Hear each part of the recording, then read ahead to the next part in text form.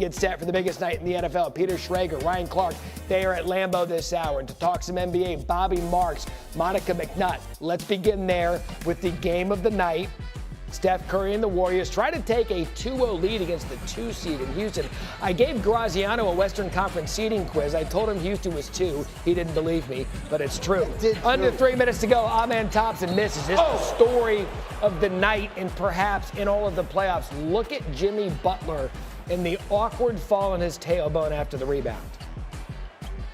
Just a nasty collision with the floor. You see right there, that left side of his tailbone. He walked up, sorry, hit the free throw, would not return. We'll get into that more in just a minute. However, Jalen Green got into it and then some. Look at that step back 3. Rockets up 18, just over a minute and a half. Warriors down 15. Stephen tries to get his team back in it off the screen, hits the 3. Thought he was fouled. Didn't get the call. Warriors down 12. Ensuing Rockets possession. Oh, it's Jalen Green again. 14-point lead at the half. Under a minute to go in the third. Rockets up 82-68. Yep. Watch this finish. Ha! 15 points in the third for Green. Also had 15 points in the first half. Rockets lead by 16. At this point, just a formality. It was a good bounce back for those 2-seeded Rockets. They win 109-94. Jalen Green, 38 points, 6 assists, 3 steals. Steph, 20 points, 5 assists, 9 rebounds. In a little bit of exchange between Draymond Green and Van Vliet. It doesn't matter at this point because it's gone final. Warriors lose the game. Rockets tie the series. The biggest question was Steph afterwards if he had checked in with the injured Jimmy Butler. Sure, 800 people have asked him, so I didn't want to add the 801. I know if he can play, he'll play, and that's what you expect. Jimmy's only going to tell you he feel good. Like, you good? Like, of course. So, we'll see. We will. It is wait and see now if the Warriors are going to do anything in this series. They're going to need Jimmy Butler healthy. This season, Warriors have won 75% of their games when Butler has been in the lineup before the trade. I mean, you know, Golden State an under 500 record. This is to say that Jimmy Butler means everything to a playoff push for the Warriors. As we bring in Bobby and Monica with us to discuss all things Jimmy Butler. Bobby, simply, are the Warriors in trouble without Jimmy Butler? Oh, yeah, I do, Matt. I mean, look at the Warriors team before they got Jimmy Butler. And now if you subtract him from this roster, and we'll see where his health is, they're basically a watered-down version. Remember, without Butler and certainly without Andrew Wiggins, who they've traded here. So as great as Stephen Curry is and as great as a coach as Steve Kerr is, they need Jimmy Butler to get past the Houston Rockets in this series here.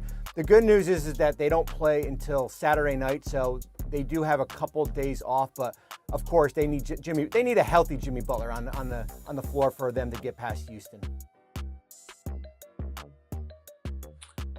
Look, I just think you can't underestimate the value of Butler, right? Like, even down to the free throw, somebody finally getting to the line. Bobby nailed it. Like, without him, they've depleted this roster. And last night, they get 50 points from their bench. It's a blowout, so it's kind of hard to gather that. But even in it being a blowout, I mean, it was a dozen-point game, sort of in striking distance down in the fourth quarter. But Houston playing with this level of confidence on both sides of the floor, if they can maintain this, then the Warriors, to me, they're in real trouble if Butler can't get healthy. Now, if Jalen Green, can be that efficient, sure. We'll wait to see for the rest of the series. But this was one of Houston's best games so far in the postseason for sure. Yeah, Monica, stay there for a minute because we know Steph's one of the greatest shooters, if not the greatest shooter we've seen in NBA history. He's got the bona fides to carry the Warriors. We know Butler's going to be banged up. Is Steph enough? Can he carry the Warriors at least into the point where Butler can be healthy enough to contribute again? I mean, both teams need to win 3 more. You got 5 games to get that done. Look, I'm not going to say no, Matt, in that we've seen Stephen Curry show up with 50-point performances when it matters most. Like, he continues to sort of defy the odds at this point in his career. What I will say is the degree of difficulty on such a task is very, very high, especially because Houston is a team that really hangs their hat on the defensive end of the floor. And like I said, if they get this level of offense rolling, they don't even have to be this good. But if they have their defense and have, 70% of what they offered last night, without Jimmy Butler, the Warriors look like a completely different squad. Bobby? No, I agree. I mean, listen, if Jimmy Butler's not on there, that allows Ime Udoka to game plan more around Stephen Curry. And now you're asking who's going to be the other offense you're going to get from. Is it going to be, are you going to get more Draymond Green, Moses Moody, Brandon Podziemski, who we didn't see much last night because he had food poisoning here. So that's the big concern as far as removing Butler. I thought last night if Jimmy Butler stayed in this game, and certainly if the injury didn't happen, that they would have won this game because they would have hung around enough because of the immaturity of Houston down the stretch. And we did see a little bit of that last night where they allowed Golden State to kind of creep in. But if you're looking at going home, I think if there's no Jimmy Butler, you got to get a split. Because at least you know you can get back to Houston and win there because you've done it before. And look, maybe a blessing for the Warriors in this case. We wait on the Jimmy Butler injury and how long he could be out. It's a 7-game series. These things take time. There is time for him to get back and get healthy. We'll find out. But again, the Rockets, they looked every bit of the 2 seed last night against the banged-up Warriors. Much more NBA playoffs. If the Warriors are going to do anything in this series, they're going to need Jimmy Butler healthy. This season, Warriors have won 75% of their games when Butler was in the lineup before the trade, which is why they made it. Golden State had under 500 record, so they're going to need him to be healthy. So welcome back Bobby Marks and Monica McNutt. And Bobby, simply are the Warriors in trouble without Jimmy Butler? They are. If he can't play, I don't see them getting out of this series here, Matt. I just go back to looking at this roster before the Jimmy Butler trade, and it was a play-in team at best. And I was in Los Angeles back in February, right after the Butler trade, when he was not on the court, and they certainly struggled scoring the basketball here. So if he can't play through this series here, I think we're going to see, certainly Golden State an early exit. It just shows you the separation from 2 to 7 in the Western Conference. There's such a small margin here, and you take Jimmy Butler off the court, and I think that's certainly going to impact Golden State. All right, so Monica, how much trouble? We know they're in trouble, but I mean, how long can they stay afloat, assuming that Jimmy Butler might find his way back on the court? Well, I think if you look at inexperience and youth for the Rockets, there's a possibility that they sort of trip themselves up. So I think they make this a series, but I'm with Bobby in terms of getting out of the series. The degree of difficulty seems really high. And our terrific sports and information group last night put out all these great graphics in terms of Steph Curry being guarded by 1.6 players most of the time that he touched the basketball. The Rockets were able to send more pressure because there's no one else really that is a creator in the way that Butler is to take some of the pressure off. Like last night, Steph was contested heavily at the 3-point line. Like he was closely guarded because he was the focal point. And whether you buy the Rockets or you are concerned about their inexperience or not, one thing that was legitimate about the Rockets, first of all, they're the 2 seed, so they were pretty legit all season, but their ability to defend you with multiple long, rangy, athletic defenders. So I wouldn't put it past Steph, but I do think that the probability is unlikely as the degree of difficulty without another creator seems really, really high. Yeah, Bobby, what's this roster look like if you remove Jimmy Butler from it, at least for this series? Well, I mean, listen, you're still gonna get Brandon Podziemski and Moses Moody, and last night you saw a lot of Guy Santos. You saw certainly Quentin Post play a ton last night. I thought the reserves actually played pretty well last night. They kept them in this game, and they were within striking distance here. But you're gonna have to have an out-of-body performance by Stephen Curry for you to get out of this series if Jimmy Butler is not out there. Monica, multiple out-of-body. Multiple, yeah. Yeah, so who do you think that 0.6 player is on the 1.6 that we're guarding Steph?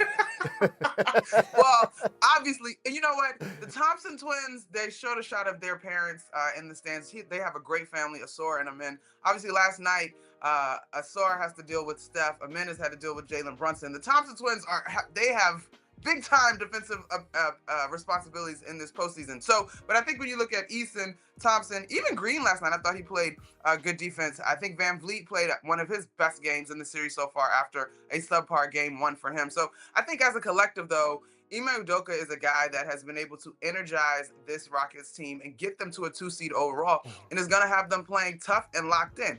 Obviously, the outlier is if Jalen Green can hit 8 threes or 7 threes, I believe. Again, he had a monster game, and I don't know how consistent that will be over the series, but that defense is going to travel. Really the 2 seed no one's talking about. Can't wait to see what goes on the rest of the series and if Jimmy Butler can return for the Warriors. Houston last night, getting into the NBA playoffs here. The Warriors lost Game 2 to the Rockets 109-94. Perhaps the biggest headline is their star guard Jimmy Butler exiting the game late in the first quarter after a hard fall. Jimmy reportedly suffering a pelvis contusion. He's scheduled to undergo an MRI in San Francisco on Thursday. Our girl, Monica McNutt, joining us now. Monica, top of the morning to you, lady. We'll get you in just a second. What the hell is in that background? What kind of ceiling you? I mean, She's in a hotel. Art. I was like, Lord, that okay. I thought, Beautiful photograph that I have only enhanced with my presence in the center. All right, I understand. I was just wondering. I just saw the background. What the hell's going on? Absolutely. Where's she at? I feel inspired by that art, Monica. So they tell me this. Are the Warriors done without Butler at 100%? Well, I think that it's going to be very, very tough for them to beat Houston. I wouldn't say definitively that they're done because Houston can be very sporadic offensively. Defensively, they'll bring it. But offensively, it's problematic for them to score at times. And anytime that's an issue for you, you can get beat. So I wouldn't say it's a foregone conclusion without Butler that they would win this series. But I would elevate them to being the favorites to win the series if Butler can't go, which I believe ultimately he will be able to go. Here's what I would tell you if Butler was going. Even if Golden State did get past the first round, you going home next round.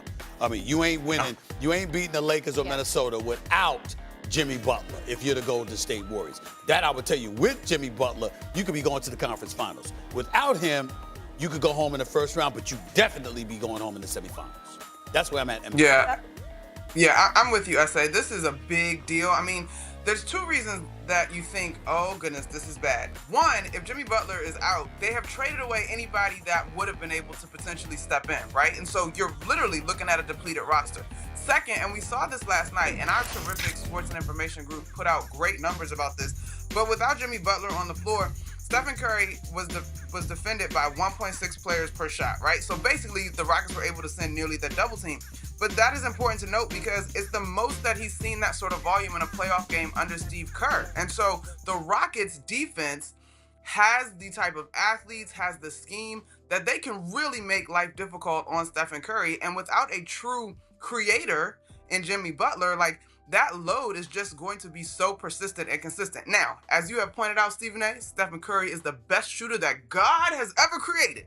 There we go. So I am not going to rule out something unfathomable happening, but I'm looking at the degree of difficulty if Stephen Curry has to carry this, not only the nature of game to game, but also the nature of the series, as he has had to navigate some aches and pains and bumps and bruises down the stretch of his career. You look at that Rockets group, they are largely young, healthy, and they play with a tremendous amount of energy on the other side. So this could be big time problematic. It could be a big time problem, but I just don't see Jimmy Butler being able to walk off the basketball court.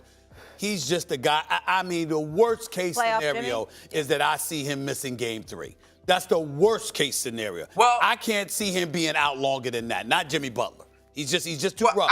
He's just too tough. Monica? I just don't see it. Yeah, I agree. If he can go, he's going to go. But then I guess the next level of this question is like, what percentage of Jimmy Butler do you need? And even last night, to be fair, I think it was a dozen at one point in the fourth quarter. The Warriors were in striking distance, even though all the numbers bear out that they barely survived the time that Steph Curry wasn't on the floor last night. I just think it's fragile. I mean, we keep saying, and it's true, there's two sides of the coin, though. We keep pointing out the inexperience of some of these young teams that were able to clinch these high seeds, Houston being one of those that is a centerpiece. But on the flip side, while experience does give you a ton of confidence, it also translates to lots of mileage, and you just wonder about the nature of a series in terms of those quick turnarounds. Now, the good news is this next game is not until Saturday. Yeah, but of course, much of their success will be dependent on Jimmy Butler and his health. Again, he'll be getting that MRI today on his pelvis. We'll keep you up to speed as soon as we have those results. Monica? This is any time. But Wilbon, just how detrimental could this be for the Warriors? If he misses a lot of time, like more than 2 games, it's a wrap for the Warriors. Look, there's so many numbers are nonsense most of the time. Let's cut to one that matters.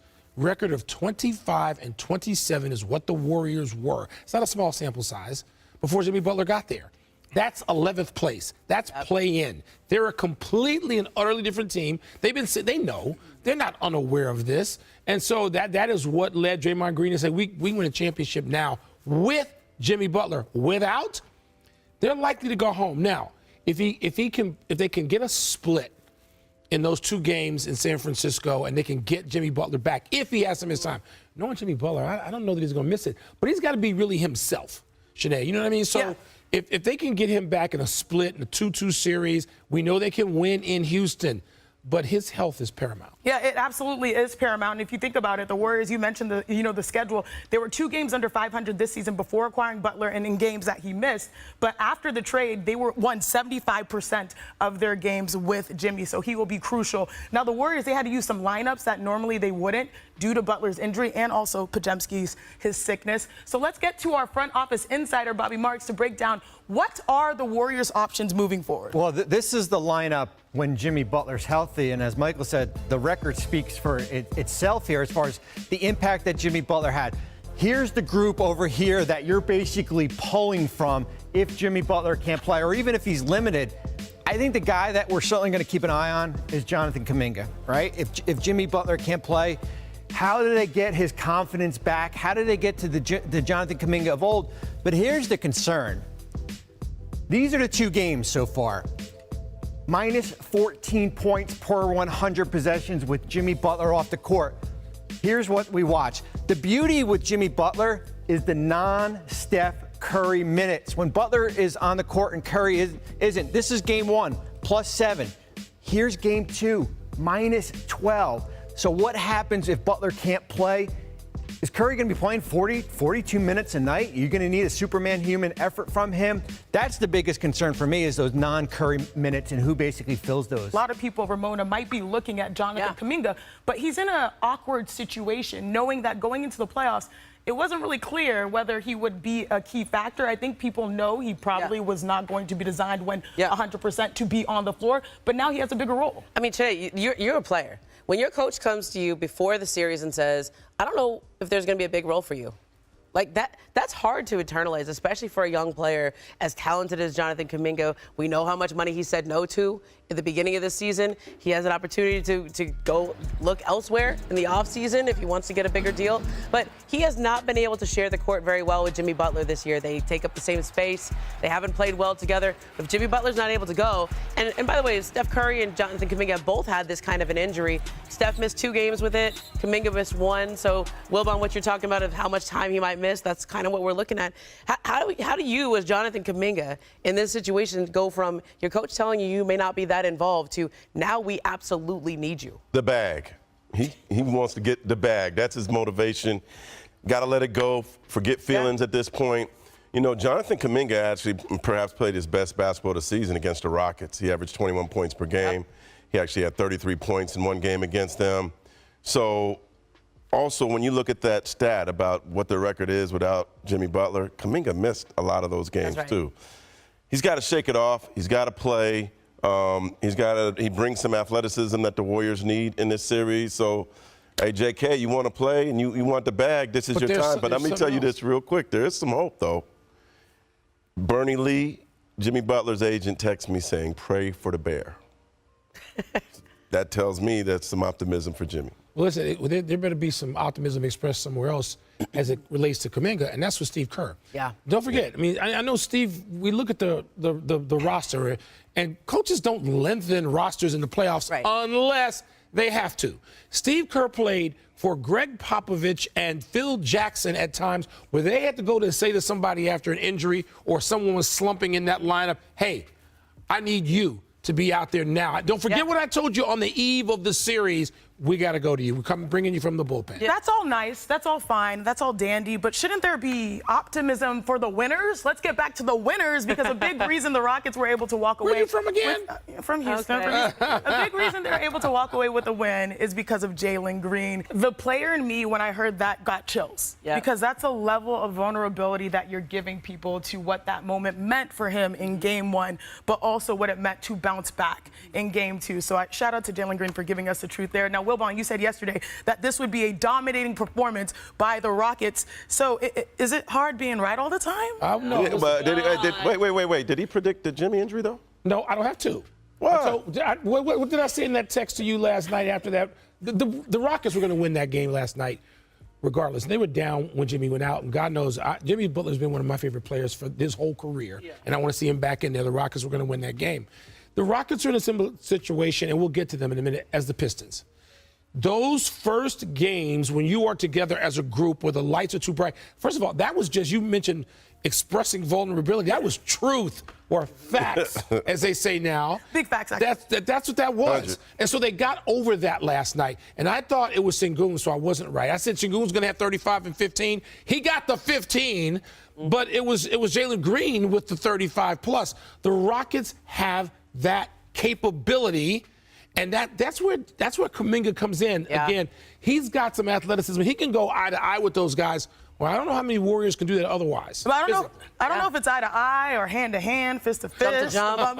Let's get back to the physicality of the series, because Ramona, it felt like at times we were watching a little bit of the WWE, a lot of this enhanced drama. Okay. How do you see this series really playing out if this style of physicality continues? I'm getting ready for a lot of talk out of Golden State about how Steph Curry has taken 6 free throws in these 2 games. 6 free throws, that's it. So now so we've seen the action on the court. We're about to hear from Steve Kerr and the Warriors and everybody about, we're going to just hear some politicking. That's Steph Curry out there that you're wrestling the ball with. That's Steph Curry out there who wants a foul called.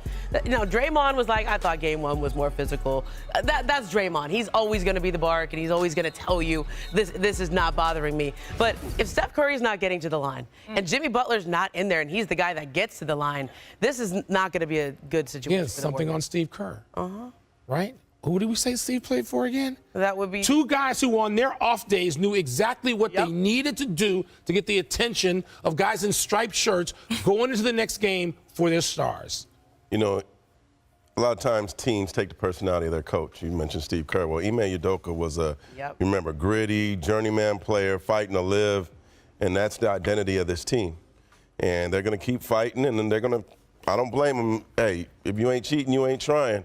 They're going to keep doing things until the refs call it. So, I applaud Jalen for showing up and their physicality, because unless the refs say something, why should they stop? Yeah, I mean, they're walking into Golden State feeling pretty confident. I believe the last regular season matchup, they did win in Golden State. So we'll see what happens. This series seems a lot closer. So, as you see, when it comes to Jimmy Butler, obviously there are some rumors that he is still okay.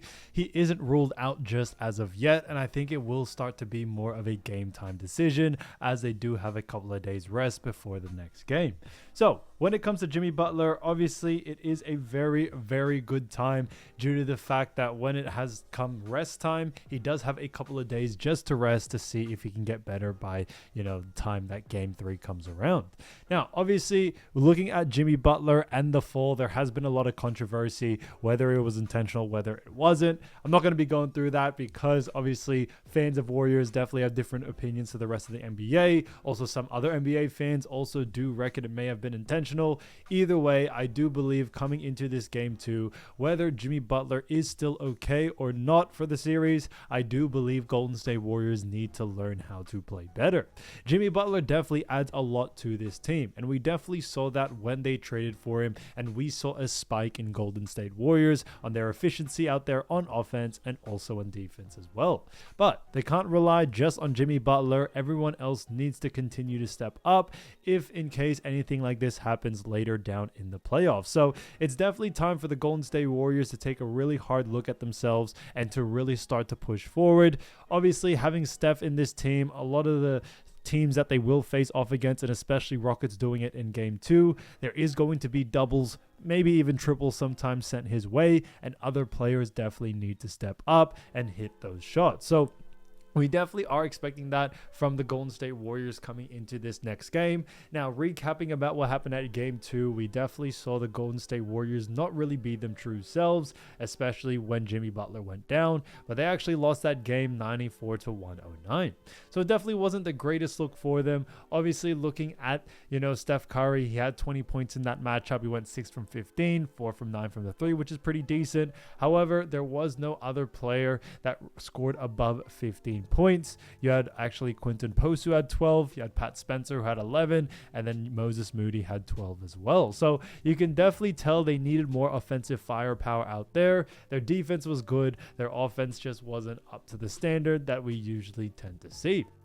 When we look at their percentages, we saw that Golden State Warriors had a field goal percentage of 41%, while the Houston Rockets had an actual field goal percentage of 45%. So a bit of a difference there. It definitely taken a huge effect coming into this next matchup, which is why coming into Game 3, we definitely need a lot more offense from the Golden State Warriors. Now, looking at Jimmy Butler, it is still reckoned that he will play. It will be more of a game time decision. And the fact that he was able to still walk, and a lot of, rumors that are going around that he has been walking okay, he's been jogging a little bit, it definitely does give a lot of hope. And his manager also tweeted out about Jimmy Butler's health, saying that, he is praying that he should be able to be good by Game 3. So it's definitely looking in the right direction. But overall, whether Jimmy Butler plays or not, the Golden State Warriors still have a very, very big opportunity on their hands, because it is definitely possible to see them beat this second team in the Western Conference, which is the Houston Rockets. They could definitely get it done. They did it in Game 1, obviously with the help of Jimmy Butler, but coming into this next one, they need to learn how to stop some of their star players like Jalen Green and like Alperen Sengun from really getting hot in a hurry.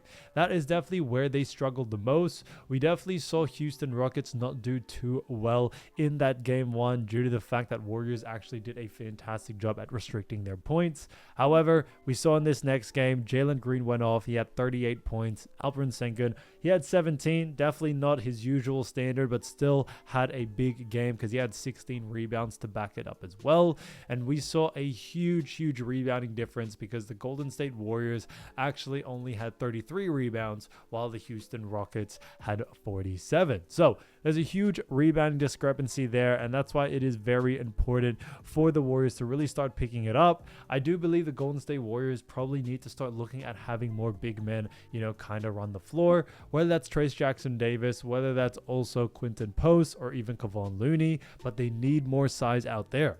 Getting out rebounded by that much is definitely not a good sign. It really does lead to less opportunities for Golden State Warriors if, Rockets are able to really out rebound them that much. Now, when you also see that, you see it translate because the Golden State Warriors only had 80 field goal attempts while the Rockets had 86. So although it is only 6 shots more, that is a huge difference. You also saw Houston Rockets have more shots at the free throw line. They had 20 free throws while, the actual Warriors only had 18. So it's definitely something to keep an eye out for. And when it comes to the Golden State Warriors, they need to learn how to adjust and do this better coming into Game 3.